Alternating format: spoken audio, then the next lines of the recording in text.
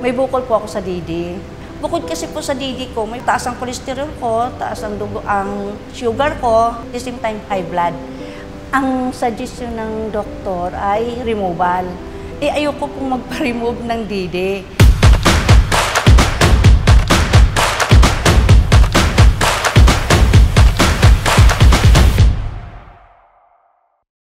Ako po si Julieta Bico, taga Muntinlupa City, 61 years old. May bukol po ako sa didi. Nangyari to 2017, pagkatapos pagkagaling ko ng Dubai, nagpapa-bio ako, lahat laboratory ginawa. Pero ang finding naman ng doktor, hindi naman siya cancer, pero benign siya, kahit benign siya, active pa rin daw po siya. Ang suggestion ng doktor ay removal. Ayoko pong magpa-remove ng didi. Kasi naniniwala talaga ako na may makikita akong anong mga food supplement. Kasi sanay na po akong umiinom ng food supplement. Kahit anong klaseng food supplement na nakikita ko doon sa TV o sa ano man, tinatry ko talaga lahat yan. Ngayon, ang nangyari, may no-offer sa akin kasi ganun din yung ingredients na yon. Nakikita ko doon, mas marami siya. Kaya sinusubukan ko siya kasi sa dami kong food supplement na tinitake, hindi ko nakikitaan ng improvement doon sa didi ko.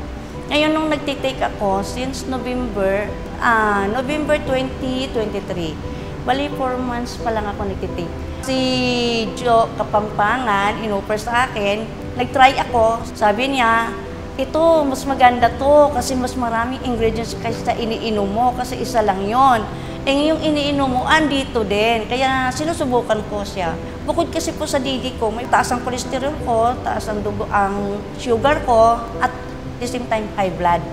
May binigay sa akin din na maintenance, unti-unti. Yung maintenance na yon, habang umiinom ako ng Synergreen, unti-unti po siyang nawala. Hanggang ngayon, hindi na po ako nagtitake ng synthetic drugs. Kasi nakikita ko, ang ganda ng product natin, ng Synergreen, kasi nakikita ko, sa halip na lumalaki yung bukol ko, unti-unti po siyang lumiliit.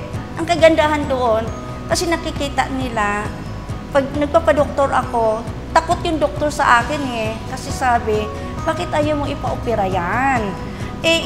Iba na yung kulay, hindi na maganda yung kulay. Ngayon, sa awa ng Diyos, nung nag-take ako ng Synergreen, Diyos ko, pasalamat talaga ako kasi gumanda yung kulay, bumalik sa dati, wala na yung kulay itim na ano.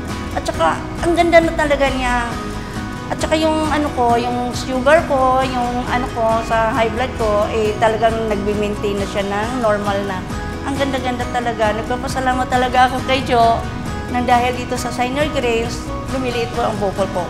Siyempre, matagal na po yung bukol, hindi naman totally talaga ma-wash out agad yun. Siyempre, kung gaano katagal, magtitiis po ako kung gaano din ako katagal magtitake ng Synergreen. Pero, may improvement po. Dahil sa Synergreen, nagpapasalamat po ako.